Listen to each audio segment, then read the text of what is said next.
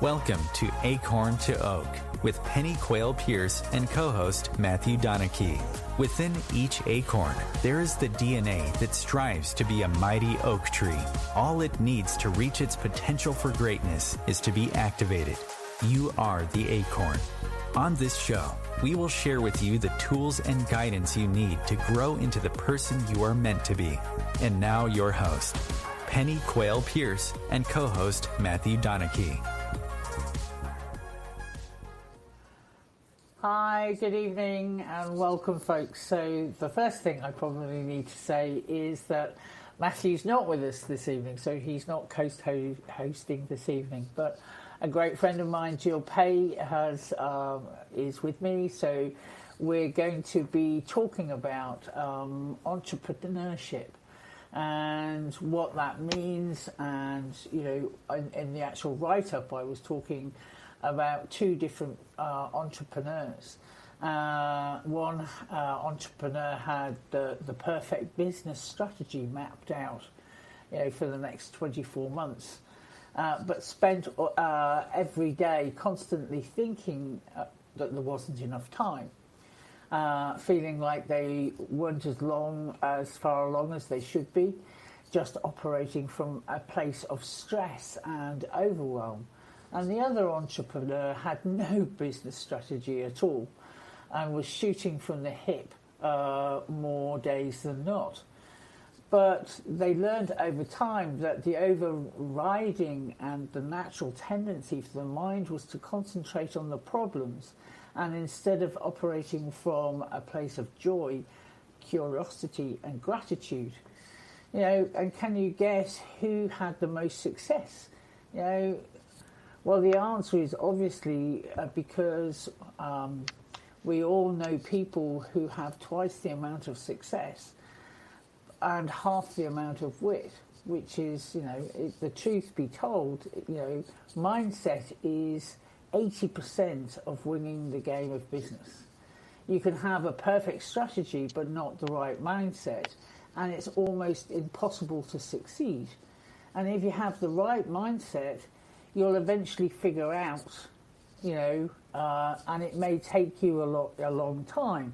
But if you combine mindset with the right strategies, you can create explosive growth in your business in a short amount of time. And, it's really important to have a general roadmap of how to be a successful entrepreneur post-COVID, as the new world evolves and unfolds. And it's very important to realise that mindset is really important. It's, as I said, 80% of winning the game of business. But if you don't put your business into where your passion is, then you're just working and working and working with no real joy. And it's the joy that actually makes your business successful. So I just wanted to hand over to Jill so she can introduce herself and say good evening. Hi everybody, I'm Jill and I've worked with Pennie for a very long time, and we've been on many adventures together and worked together as well as being friends. So yes, I'm really happy to be here. I'm very happy to be talking about this. It's so important to look at how our mindset can really make a difference in any walk of life, but particularly when you're looking at being an entrepreneur and working in a way that really brings you joy and you bring passion to it. Yeah, I think, for me, it's really great to have you here, Jill, because we did, over the last month or so, we did the 7-day mental health diet together. Or yes. We were playing around with it more than anything else, and realising that, again, the mental diet that we actually allow ourselves to feed on is very much about mindset, and realizing that if we allow negativity to run our lives, whether it's just small little thoughts or just thinking, oh, this is going to be difficult, then it turns out to be difficult. If we think we're going to sail through it, we actually sail through it with no real problem whatsoever. And it's, again, obviously Dr. Fox, Emmett Fox, who first described the mental health diet back in 1935, I think, or maybe 34. He was talking about not allowing the embers of negative thoughts to, stick on your jacket, but brush them off really quickly, so that, you are going to have negative thoughts. But it's the point being here with the obviously the 7-day mental health challenge is not to actually allow them to stick, to brush them off really quickly, so that you're not constantly going back to the same thought forms. And I was just going to ask you how you found that process, Jill.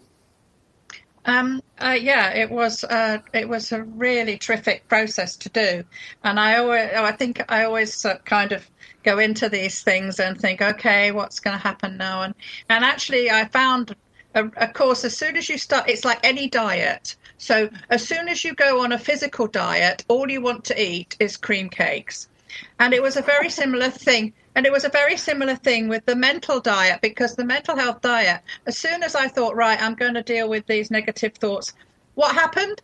Every single negative thought I could ever have thought started coming up. So I thought, that's interesting. So that's how this works. It shows you like a big picture. This is the kind of thing we're talking about here. And you see all these things. Oh, right. Okay. So then actually that was really helpful part of the process for me, because it really helped me it was like I didn't need any kind of subtle hints. I just needed to be shown this is what's happening. And really love the analogy with the embers, because it's so true, because if you allow it to either just stick on and then burn away, that is literally what happens with the negative thought, and it burns a groove in your mind, and then it's very hard then to undo it. So for me, I found it very fascinating, but also really, really positive overall. It was a great week. I think, I found a similar thing, and for me, very much, about discussing entrepreneurship this evening, it is very much, if people want to have a mission-driven life which has an impactful impact on humanity and on our global family, it's looking at it and going, okay, so entrepreneurship, I think sometimes is totally misrepresented, because when people say they're an entrepreneur, it's like immediately setting themselves above other people, which is not actually what it's meant to be. If I describe myself at all in that thread, I would say that I was a spiritual entrepreneur who is very much in service to humanity. And this is, I think, one of the things that we forget, that entrepreneurship is actually putting yourself in service to the global community. And whether that be, having a business that delivers bread or delivers some service, or is, they're not just, entrepreneurship is not just about making a profit. It is actually being a lot more consciously directed than just profit driven, because that's a business owner, that's not an entrepreneur. And very much for me, it's about making that distinction straight away. So what we're actually talking about this evening is entrepreneurship, not somebody who is just a business owner. So I know, Jill, you've been in an entrepreneurship type situation for, ever since you actually finished your homeopathic course and became a homeopath. It was very much about being in service to the community more than anything else. So do you have any sort of tips that you would think is good to hand on to people? Or not, and you can say no, Pennie. I don't, but, I'm trying to pick your brain here. Yes, I mean, I absolutely agree. The whole thing about the difference between entrepreneurship and being a business person is that what I found was that actually my process of developing how I work was very much looking at lots of threads and picking and choosing which thread would go in and which thread wouldn't go in. So if I had a skill or I could do something, it wasn't just as simple as, oh, I can do that. I actually had to have passion about it and want to use that skill and take that and bring that in. It almost like a weaving. So I would look at it, and I reflected back at one point and thought, opportunities came to me at certain times, and I would be looking at them going, oh, okay, what's this mean? And when I looked and reflected, those opportunities were literally like these threads coming together in a certain way. And so it's making those choices about what you actually want to do, which makes your soul sing, which makes you feel good. Because if you feel good, then your service, what you're offering, is going to do good and make others feel good as well, whatever it is. So as Pennie said, if it's delivering bread, that bread will be delicious, whatever it is, because it's how you are so passionate about it. So it could be sweeping the roads. It doesn't matter. If you sweep the roads with passion, those roads will be clean and shiny. So it's about bringing those real true passion, those real enjoyment, real joy to anything that you're putting in. Even grunt work, you can bring, grunt work. There's always grunt work to do. There's always things that you go, oh, I've got to do my accounts. Unless you're a real passionate person about accounts, it can be a bit, but you have to go, well, if I don't do this part of it, then it is an essential part. So it's bringing your joy and passion to that as well. And it's, and also it may well flag up a time where you actually outsource. And if you don't like doing book work, but you want to focus on the service that you're providing, then you get a bookkeeper and hand that over with joy, and hand it over to them and think, that is a fantastic way to outsource something that I don't necessarily enjoy doing myself, but helping somebody earn their own living is spreading the joy.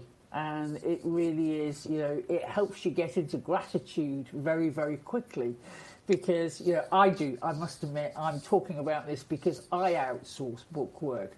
I know a real, I don't find joy in doing my accounts, but I have great gratitude that it's done. So I outsource it. And, fantastically, my tax returns are, all I end up doing is putting figures in because the book work has already been done. And that I can do, and that I actually have great gratitude around, because obviously then my taxes are paid and everything's moving the way it should be moving.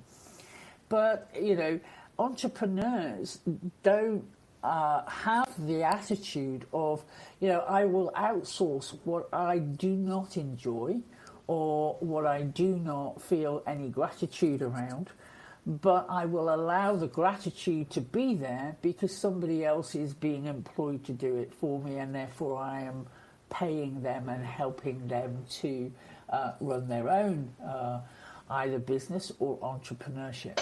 And it's about cooperation, and it's about collaboration. Cooperation and collaboration as an entrepreneur is an essential strategy of realizing that you can't cover every base yourself. And it's the business owner that gets stuck into the fact that they need to earn a certain amount of profit, instead of actually looking at, how much joy and abundance can I actually spread in the community, and not actually trying to keep control over things too tightly, and realizing that if they do that, then they lose their entrepreneurship, because they are not thinking of the community or globally. They're just thinking about themselves and their businesses. And I think this is one of the biggest things, and this is one of the biggest things on the mindset, is that if you do that, you are actually taking yourself out of the flow. And if you go out of the flow with life, then you're going to find it a real struggle to be successful. Or you will have a certain amount of success, but you'll actually never get to the dream status that you would like to be in, i.e., being that multimillionaire or whatever it is that, you've put down as your goals or your targets. And I find it really interesting when I'm working with businesses or helping people just see a different way of doing things, that it's because of their feelings that maybe they're being left behind, or they're not doing what they should be doing, or they're not hitting the targets that they want to hit. And actually, if you bring it back to how you feel about what you're doing every day, that's when, Jill was talking about if it's soul-led, if it's spirit-led, then you're going to actually have more success, because you're going to understand that not everything is about a profit and not everything is about a sale. It's actually what you're actually trying to achieve in the community, which is much more important. So is there anything else you would like to say about that? Yes. I mean, it's absolutely right. When you were talking then, I was reminded very much of someone who has been a successful businessman, who did say once in my presence, he really struggled with VAT, value added tax, and he realized that actually he didn't have to do it. There were people who enjoyed doing it, and actually part of what Pennie's, what you've been saying is about entrepreneur, is that it is about that being part of a big network, of being part of a local network, a wider network, and and ultimately the global network. And we were talking, Pennie mentioned COVID, different ways of working, and actually one of the things that really has struck me is that we are embracing so much more a global way of working because of the platforms that we're using now, the technology that we're using. And actually that really speaks to this whole way of working now. So, we're working with people in Peru right now. We're working, with people in Los Angeles. We're working, and this is really, really opening up in a big way. So it's looking at how actually also coming back to the point about sharing or, using letting other people's talents be used as well, and everybody, so that if you don't do that, then you're almost strangling it. You're almost not, keeping tight hold on it will strangle, and it will die. Anyway, we're coming up to a break, so we've got a chance to have a drink, and we'll see you on the other side.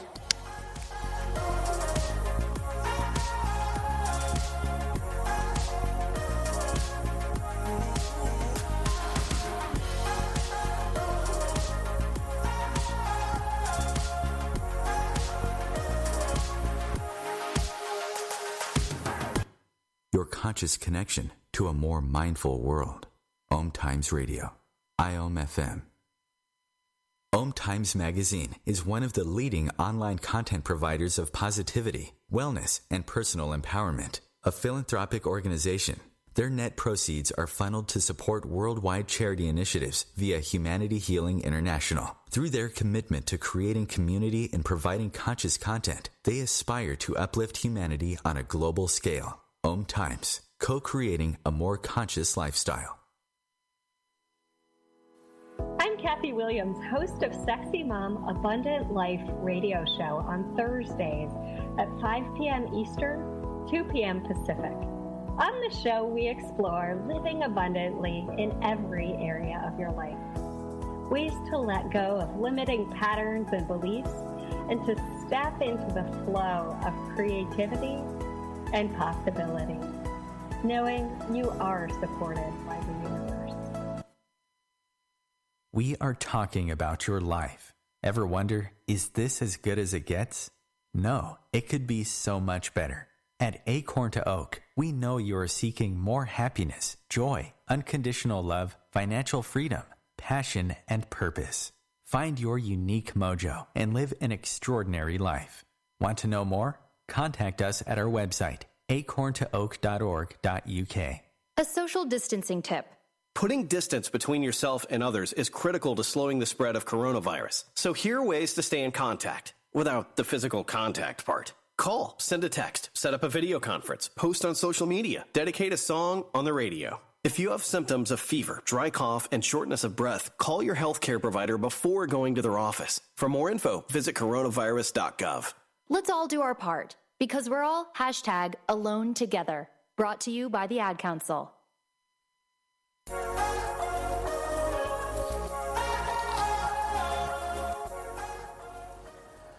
So we're back and we're talking about entrepreneurship and the slight difference between being an entrepreneur and a business owner. And please don't think I'm saying that being a business owner is like being a second-class citizen, because that's not true.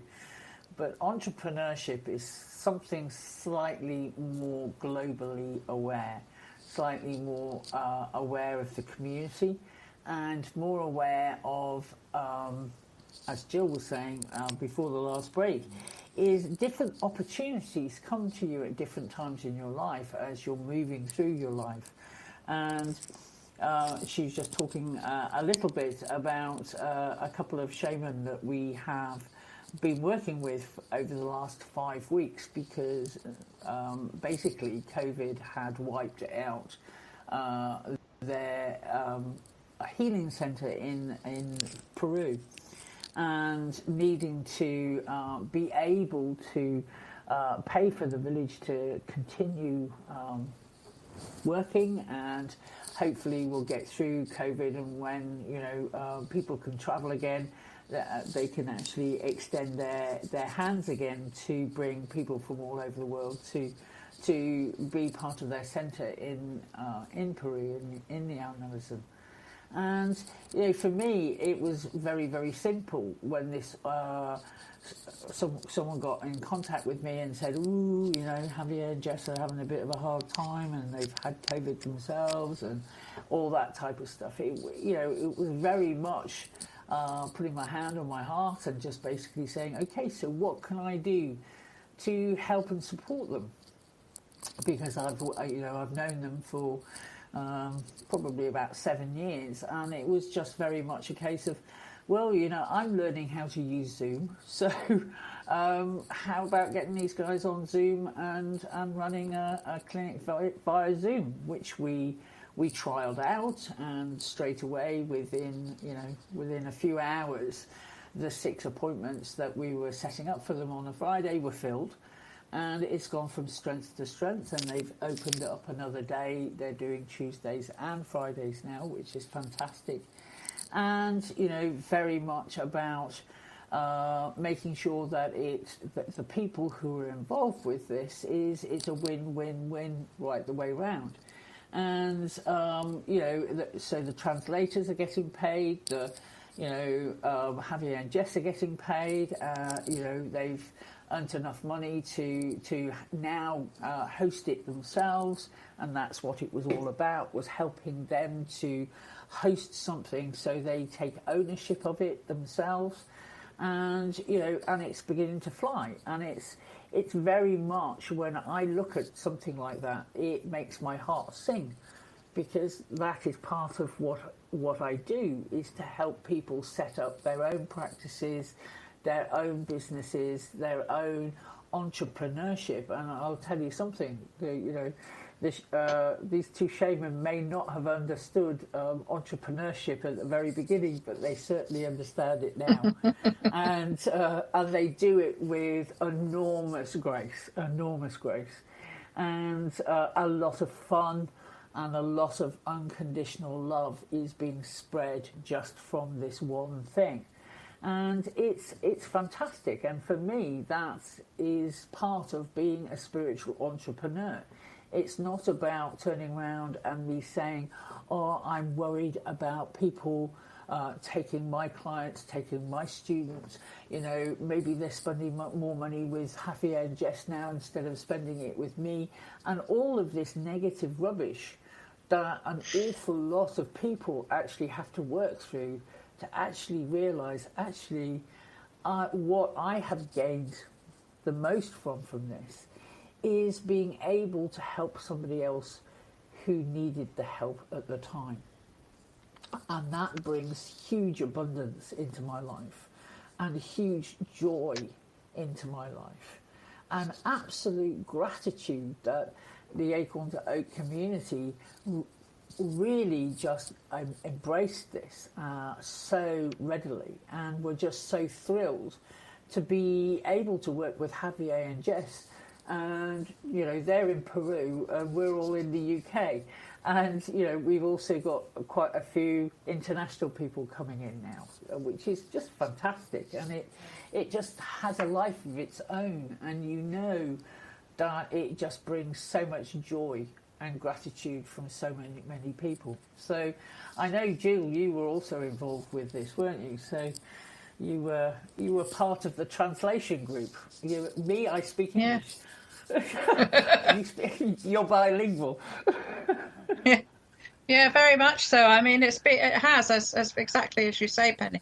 It's been an absolute joy, and it's been such a joy to really reconnect with Javier and Jessica as well, from our own point of view, and as well as and I think this is the whole essence of it. It's actually there's a whole thing around that's called paying it forward, and it's about exactly as you were saying, Penny, generosity and grace. And so the more you give, the more you receive, and it's this flow. So rather than, as I was saying before the break, about when you hold on to everything so tightly and strangle it, actually giving a bit here, giving a bit there, and with grace and gratitude and joy, it just keeps that flow moving so well. And so it's about really looking at that, you being part, not just being one person, but being part of a network, being part of a global community, literally. And so it's all those analogies around, you throw a pebble into the pond and the ripples go. It's all those analogies. It's all those things about being part of, we are just one ripple in the ocean. But but we're as important as the whole ocean. Yeah. And so it's that all those analogies around being part of the bigger whole, and allowing that flow, really, very much. Yeah, I couldn't agree with you more. And I think both of us are devotees of Paramahansa Yogananda, and I just love the chant that he has of you are a drop of the ocean, or you are the ocean. You are the microcosm and the macrocosm. You are just we are very, very small, but we are also so immense and so huge.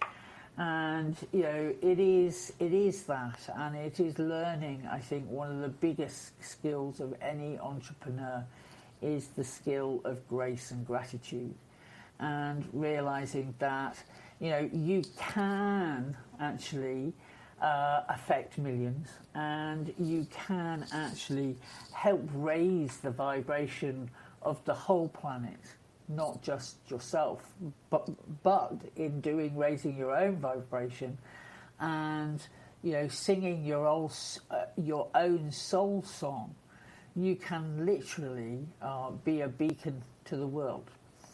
And I think, you know, very much for me, it was learning very early on in my spiritual entrepreneurship that this is it's a way of life. It's not just a business. And that's when I suddenly realized, you know, I was not a business owner. This was a life choice.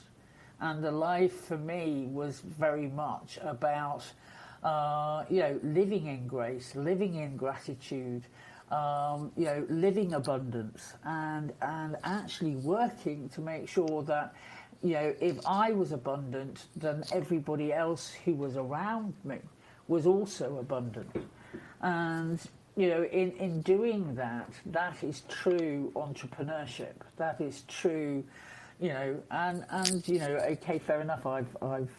I now look at myself as a spiritual entrepreneur, because also very much a part of what my life is also encouraging other people to look at spiritual laws, to look at, you know, how we live our lives. Yes, mindset is really, really important, but, you know, your conscious mind is only 20% of your consciousness, you know, and it's really important to understand that. You know, your rational mind is important because it's what we focus on. But, you know, we're much bigger entities than just our rational mind. And, you know, it's, as we talked about in the past, you know, your subconscious mind and your superconscious mind is, you know, where the real juicy things are. And obviously, you know, your spiritual mind or your superconscious mind is 50%. Is 50% of your consciousness. You know, and, you know, in that 50% is our higher selves. It is our spiritual vision of how we want to be perceived in this world, how we want to be in this world. And that is very much part of who we are as entrepreneurs. You know, we very much look at what our vision is, what our vision for how we want to live, whether that be, as I was talking earlier on, whether that's, you know, being a baker, whether, you know, Jill was talking about being, a janitor or a person who, you know, cleans up the streets. Or it may be that you're a service person like myself who offers services, i.e. coaching and training and all of that type of thing. And how do I want to do that? You know, how do I want to serve people so that they uncover their truest potential and they reach their goals and they have a happy life, which is financially secure, which is with, you know, a great family and friends, which is actually having, you know, working at a job that they love, and, you know, and however many challenges are thrown at them, they will still move forward. You know, this is exactly what, again, looking at, if you have a spiritual vision and you put your spiritual vision into whatever business or whatever service that you have, you're always going to succeed. And I think that's really important to get hold of. So again, Jill, I'm handing it over to you, so I'm not talking so much. No, I mean, it's again, it all comes together and it makes sense, because it's about, also for me, it's about joining it all up. And actually, what we haven't spoken about, although we probably have, but in implied, is the heart. Is the heart of the thing. And actually, if you look at the sum of the parts, we've, as Pennie says, we've got the conscious mind, we've got the subconscious, the superconscious, and we have our heart, and our passion, and our spiritual vision is also imbued with our heart, with love, with we talk about grace and generosity, but we're also talking about love and bringing the heart into it, because without it, it's kind of like an empty vessel, and I think it's really important to bring that in and bring it in, which whatever you're doing, and especially if you're aiming to be an entrepreneur and make a difference, it has to come from your heart as well, because your heart kind of brings all those other parts of yourself together. Absolutely, and well caught there, Jill. I hadn't mentioned heart at all, but it's very much heart intelligence and emotional intelligence are just so important for an entrepreneur, and we'll talk more about that after the break. So we're coming up for a break, so we'll see you on the other side.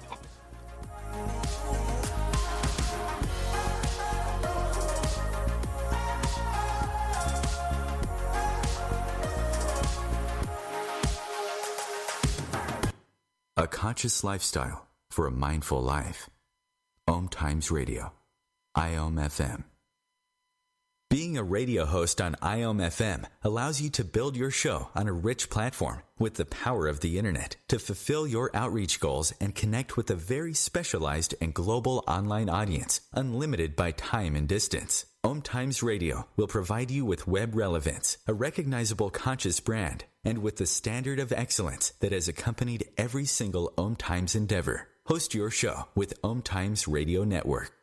Hello, I'm Sandy Sedgbeer, host of OMTimes Magazine's flagship radio show, What Is Going On.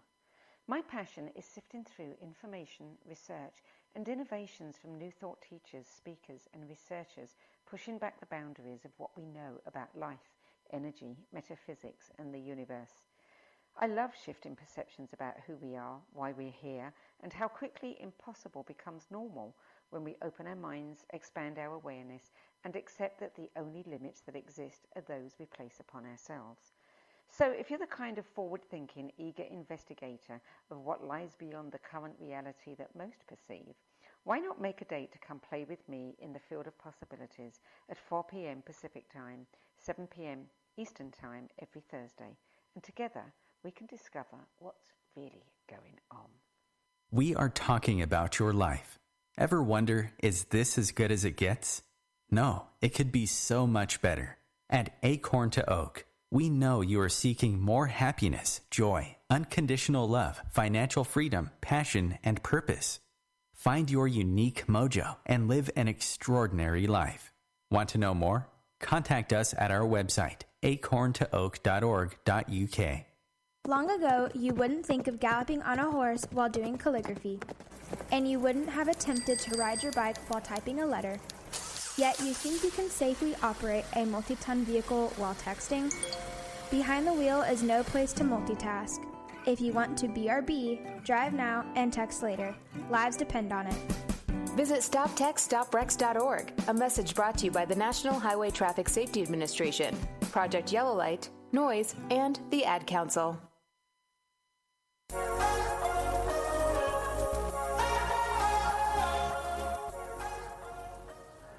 Hi, so we're back. Hi, it's Pennie again. And we're talking about entrepreneurship and being part of the global community. And just before the break, we were talking about heart intelligence, and we were talking about emotional intelligence, and how very, very much that's are two incredible skills for an entrepreneur. And, you know, when we're talking about heart intelligence, as Jill was saying, was very much about, you know, setting our goals and setting our spiritual vision around how we feel. And, you know, you've heard Matthew and I say this many, many times, that, you know, when you're making a decision, a good rule of thumb is to put your actual hand on your heart and actually go, okay, so I'm steady here, I know where my intelligence needs to be, which is heart intelligence, and make a choice from that. So if you know, we were talking about opportunities that arise during your life as an entrepreneur, and pretty much just going to your heart center and going, is this the right thing for me to be doing right here, right now? And I know Jill uses this in her life too, and it's a really amazing skill. It doesn't take you longer than 30 seconds just to get that right answer. If it feels good, if you get a sense of excitement and you get a little bit of a buzz of, you know, if Matthew was here, he would be yelling, it's epic, you know, whenever he gets the buzz that he's going to do something epic. As he says, you know, it always turns out into something that he couldn't even begin to imagine before he decided to do it. And it is just so true. You know, things, you know, I had no idea when I reached out to Javier and Jess and said, look, you know, for want of another way of doing it, you're in the SHIT zone. Would you like me to, you know, would you like to hear what I have to say? And we got on the phone and we hashed something out in about half an hour, and then I ran with it. We ran with it. And, you know, they look at me and sometimes shake their head and goes, Penny's a bit of a nutter, but we trust her. And, you know, what's the worst thing that was going to happen? The worst thing that would happen is that nobody would turn up. Well, you know, the lucky thing about being on Zoom is you don't have any overheads, you don't have any venue to pay for, yakka. So we would waste a few hours, and that would have been the worst thing about it. But we put it out there, we put a lot of energy out there with it, and it ran, and it's really going to take off, which is fantastic news. And, you know, every time I do that, you know, for me, I work really, really well when I have a deadline. So, you know, for me, I will just whack in, right, I'm going to do a 3-day course on this subject, and I'm going to do it in 3 weeks. And yeah, this is typical of me. I put myself under pressure to actually just go, right, it's on. And bang, and it always happens. And it always is something that is just truly and utterly amazing. And I know Jill has done the same things. So, you know, tell them a couple of your experiences, Jill, on doing that. For me, it's when I set the deadline. I don't procrastinate. Yes, I mean, it's true. We all have different motivators, and I have to say a deadline is a definite big motivator.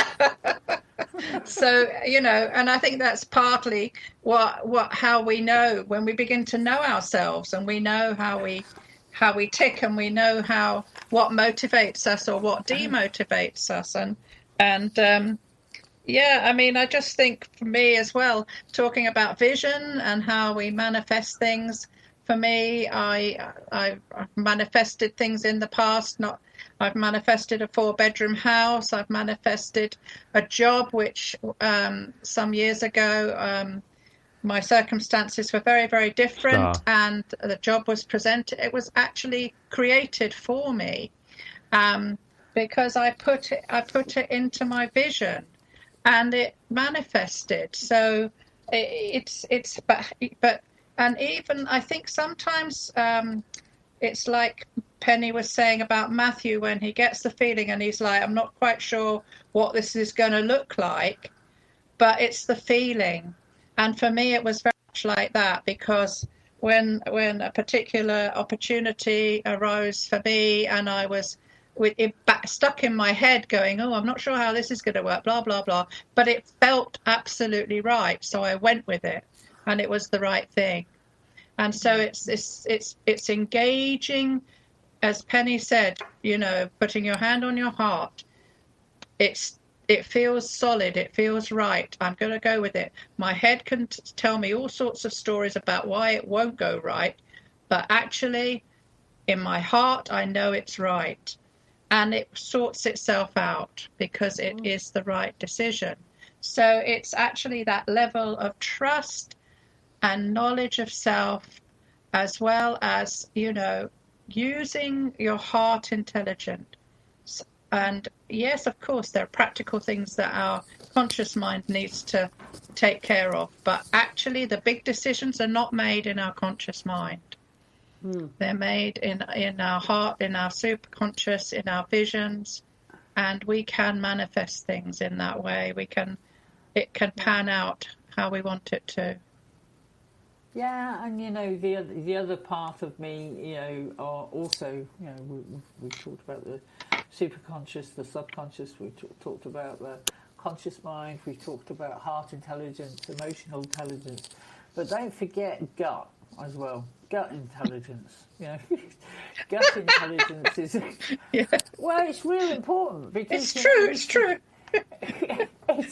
It's just that gut intelligence. We forget that we actually have neurons. The stuff that our brain is made of. We have as many of those in the heart and also in the gut. So when you talk about gut intelligence, it's true. We have as many neurons in our gut as we do everywhere else. They seem to be dispersed all over the body, which actually freaks me out, being a nurse and having done years and years of A&P. But it is the truth. And when we actually, so when you either get that gut feeling that this is going to work, this is an opportunity, then that's great. But also, as I said, check it out with your heart and just allow yourself. And if there's that feeling of excitement, then you're on a winning, you're on a winning wicket, as we'd say in the UK, because we all talk about cricket. I don't know why, but it's a national pastime, isn't it? And it's that and the weather.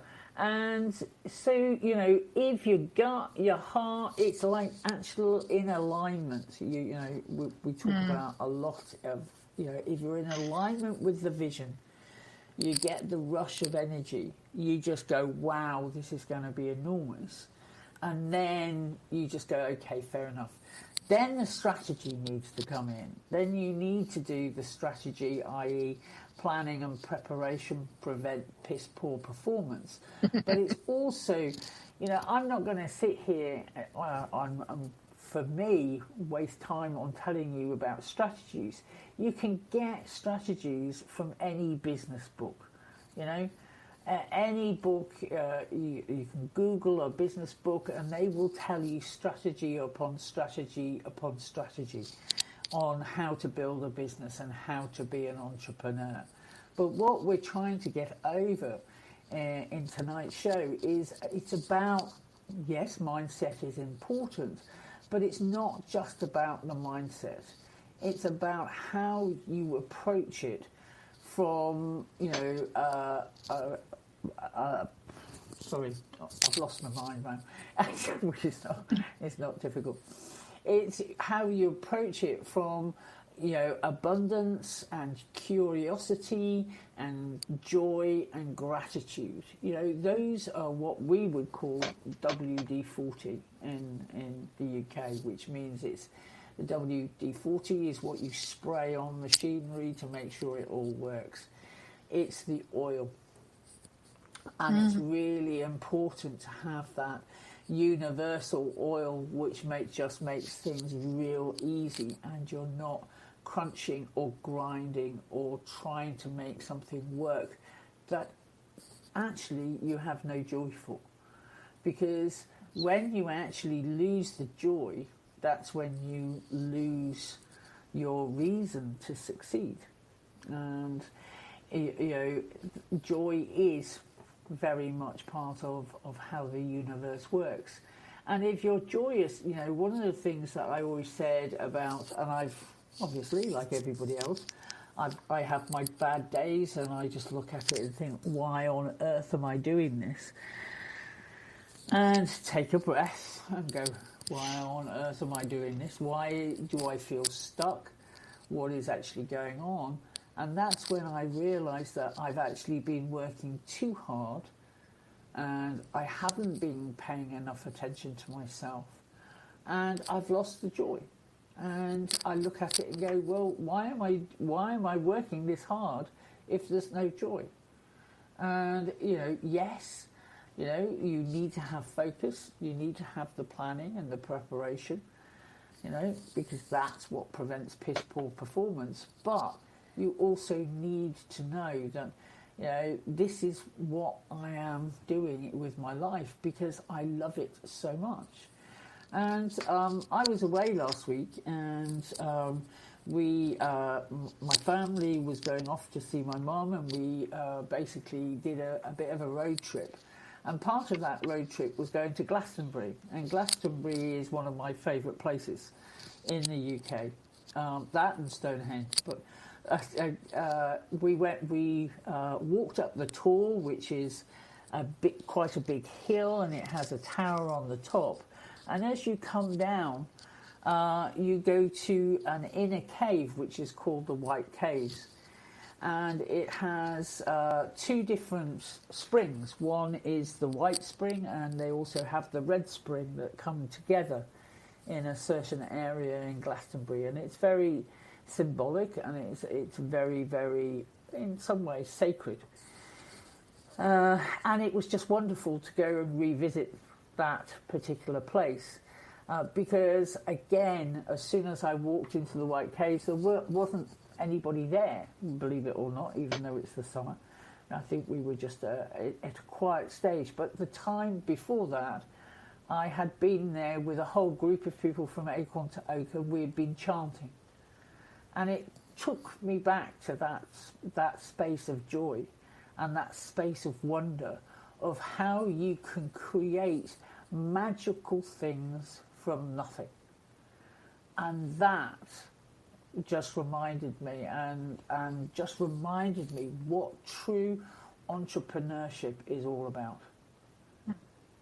It's magical, and it should be magical. And it's, when things flow, absolutely the impossible is every day. The outstanding is every day. It is truly fantastic. And I know that Jill has had some of these experiences, and it is wonderful. And obviously it's very difficult to get over to people. But I'm ranting again. That's what you'll think. Yeah. It's the sense of total connection. And that's absolutely. Within it's the sense that and these pauses, these it doesn't even have to be a ceremony. It can be a pause. It can be a meditative pause, but it's about that connection, and it's knowing that we are all connected. We are connected within, and we are connected without, and we are all connected. And when we lose the connection is when things start to go awry. And it's about finding ways to maintain that connection and maintain the joy as well, because the joy is there in the connection, knowing that we are all.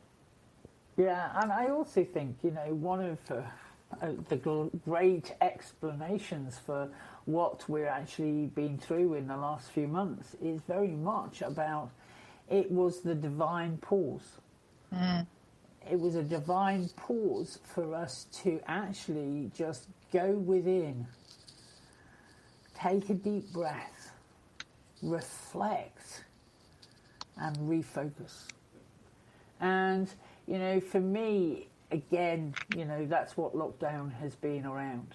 And very much about coming out now refocusing on what we want to create, how we want to be, and actually also looking at our entrepreneurship and going, what is it we would like to, or would like to help to create in this new world, in this new phase of human evolution.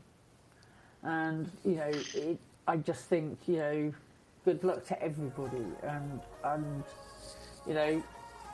we'll see you next week. And thank you, Jill, for joining us. It's been fantastic. You're very welcome. It's been a pleasure. and we'll talk to you soon, and have a great week, and just keep on being who you are. Wonderful. Take care. Bye.